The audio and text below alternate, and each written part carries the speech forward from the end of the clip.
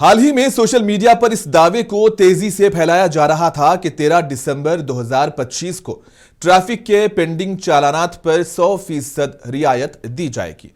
यह खबर वाविला मचाने लगी, जिसके बाइस बहुत से शहरियों में खुशी की लहर दौड़ गई। ताहम रचाकुंडा पुलिस ने फौरी तौर पर इस दावे को मुकम्मल तौर पर गलत व गुमराह कुन करार दिया है। पुलिस ने अपने सरकारी एक्स ट्विटर अकाउंट से पैगाम जारी किया है, जिसमें पुलिस का कहना है कि ना तो किसी लोक अदालत की कोई सरकारी नोटिफिकेशन जारी हुई है और ना ही चालानात पर किसी भी किस्म की रियायत देने का ऐलान किया गया है, और यह दावा सरासर झूठ है।